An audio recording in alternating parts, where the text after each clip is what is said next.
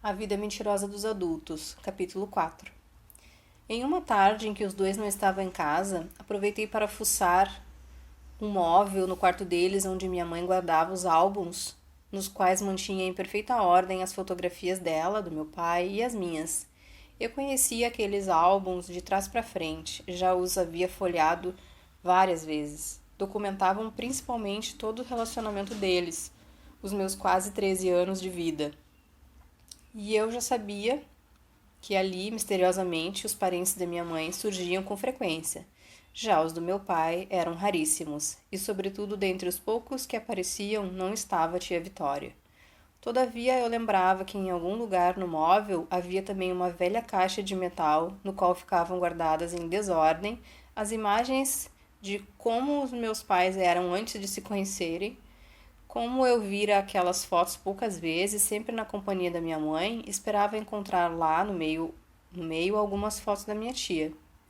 Desenterrei a caixa do fundo do armário, mas antes decidi reexaminar cuidadosamente os álbuns que mostravam os dois no tempo em que eram namorados, depois noivos, emburrados, protagonistas de um casamento com poucos convidados, depois como um casal sempre feliz, e por fim eu, filha deles, fotografada uma quantidade descabida de vezes do nascimento até hoje. Detive-me sobretudo nas fotos do casamento. Meu pai vestia um terno escuro, visivelmente amarrotado, e em cada enquadramento estava carrancudo. Minha mãe estava ao seu lado, sem vestido de noiva, mas com um tailleur creme, um véu da mesma cor na cabeça e expressão vagamente comovida. Entre os 30 convidados, talvez um pouco mais, eu já sabia que estavam alguns dos amigos do Vomero, que eles ainda viam, e os parentes do meu lado materno, os bons avós do museu, mas mesmo assim olhei várias vezes esperando encontrar uma figura ainda que ao fundo que me lembrasse não sei como uma mulher da qual eu não tinha lembrança alguma. Nada, então passei para a caixa e depois de muitas tentativas consegui abri-la. Despejei o conteúdo sobre a cama, as fotos eram todas em preto e branco.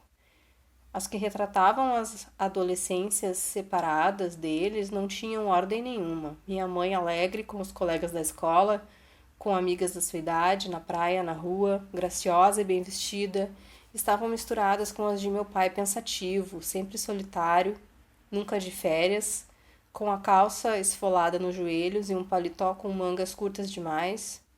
As fotos da infância e da primeira adolescência, por sua vez, estavam ordenadas em 2 envelopes, as provenientes da família da minha mãe e as provenientes da família do meu pai. Nessas últimas, eu disse a mim mesma, minha tia certamente deve aparecer, e comecei a olhá-las uma a uma. Não era mais do que 20, e logo me chamou a atenção que em 3 ou 4, meu pai, que nas outras imagens parecia ainda criança, meninote, com os pais, com parentes que eu nunca vira, estava surpreendentemente ao lado de um retângulo preto desenhado com pincel atômico. Não foi preciso muito para que eu entendesse que aquele retângulo, extremamente preciso, era um trabalho tão obstinado quanto secreto, realizado por ele. Imaginei-o fechando com a régua que mantinha sobre a escrivaninha uma parte da foto dentro daquela figura geométrica e depois passando cuidadosamente o pincel atômico em cima, tomando cuidado para não ultrapassar as margens pré-estabelecidas. Que trabalho paciente, não tive dúvida. Os retângulos eram rasuras e debaixo daquela tinta preta estava a tia Vitória. Fiquei sem saber o que fazer por um bom tempo. Por fim, decidi. Peguei uma faca na cozinha e raspei com delicadeza um setor minúsculo da parte da foto em que meu pai havia coberto.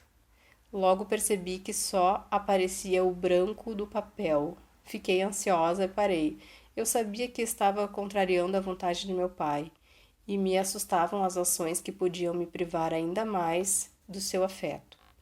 A ansiedade cresceu quando encontrei no fundo do envelope a única foto em que ele não era criança ou adolescente, mas um jovem que, algo raríssimo nas fotos tiradas antes que ele conhecesse minha mãe, sorria.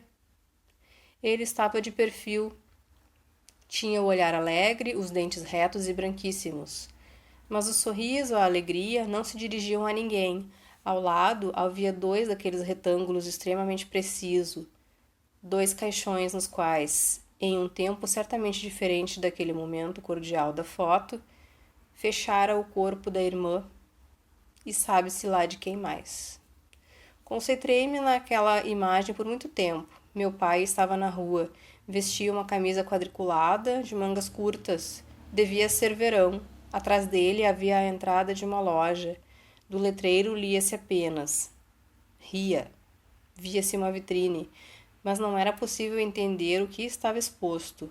Do lado da mancha escura surgia um poste branquíssimo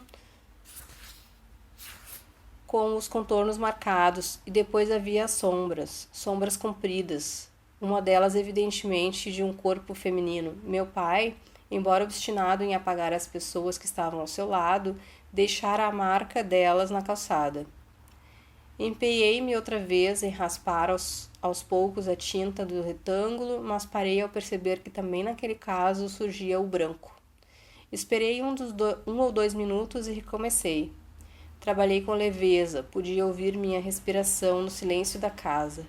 Parei definitivamente somente quando tudo o que consegui obter na área onde antigamente devia estar a cabeça de Vitória foi uma manchinha que não dava para saber se era um resíduo de tinta ou um pouco dos seus lábios.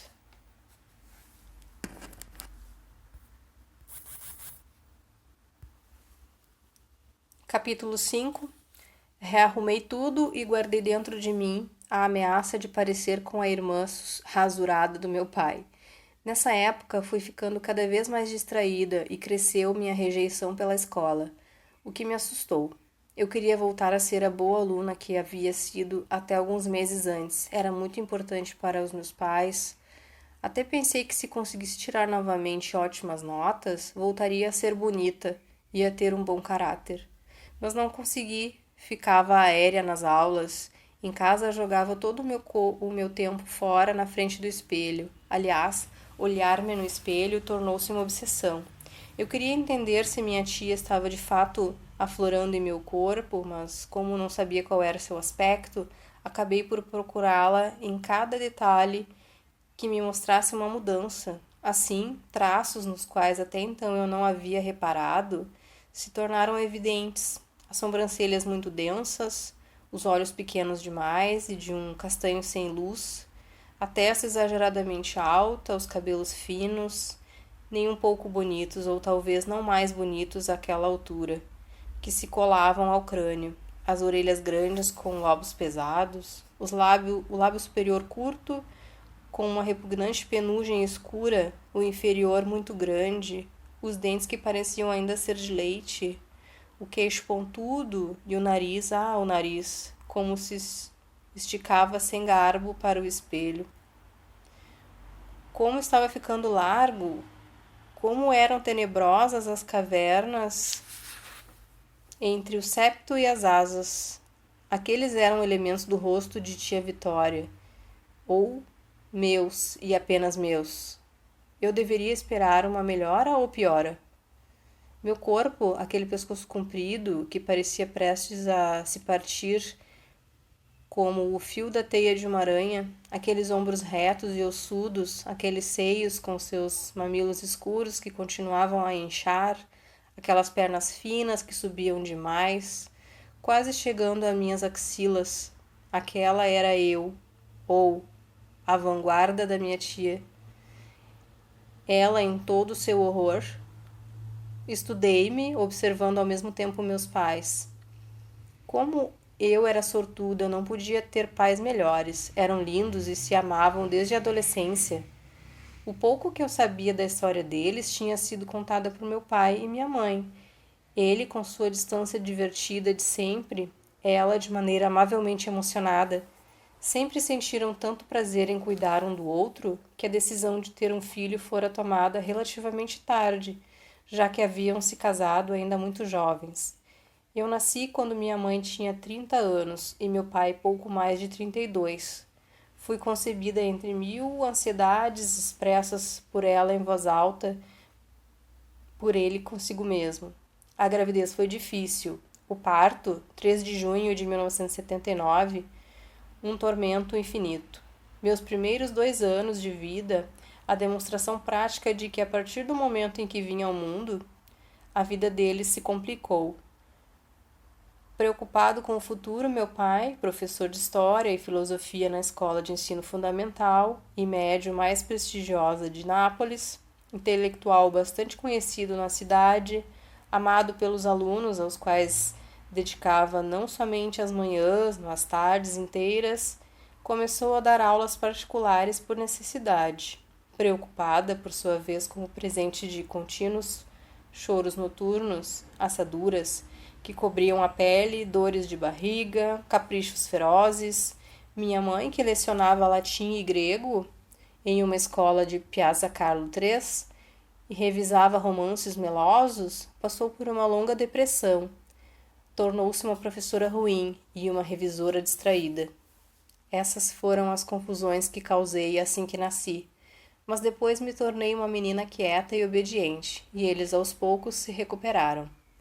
Acabara a fase em que ambos passavam todo o tempo tentando inutilmente evitar que eu sofresse os males aos quais estão expostos todos os seres humanos. Encontraram um novo equilíbrio graças ao qual, embora o amor por mim ocupasse o primeiro lugar, em segundo lugar vinham outra vez os estudos do meu pai e os trabalhinhos da minha mãe. Então, o que dizer? Eles me amavam, eu os amava. Meu pai me parecia um homem extraordinário, minha mãe, uma mulher bastante gentil, e ambos eram as únicas figuras nítidas em um mundo de resto confuso. Confusão da qual eu fazia parte. Em certos momentos, eu fantasiava que dentro de mim estavam sendo travada uma luta violentíssima entre meu pai e sua irmã, e esperava que ele vencesse. Claro, eu pensava, vitória já prevaleceu uma vez, no momento do meu nascimento, tanto que por algum tempo fui uma menina insuportável, mas depois eu pensava com alívio, tornei-me boa, portanto é possível expulsá-la. Era assim que eu tentava me tranquilizar, e para me sentir forte, esforçava-me para reconhecer em mim os meus pais. Mas especialmente à noite, antes de ir para a cama, eu me olhava pela enésima vez no espelho e achava que os tinha perdido há tempos. Eu deveria ter um rosto que os resumisse da melhor maneira, mas era o rosto de Vitória que surgia. Eu deveria ter uma vida feliz, mas estava começando um período infeliz, sem jamais me vivenciar a alegria de me sentir como eles haviam se sentido e se sentiam.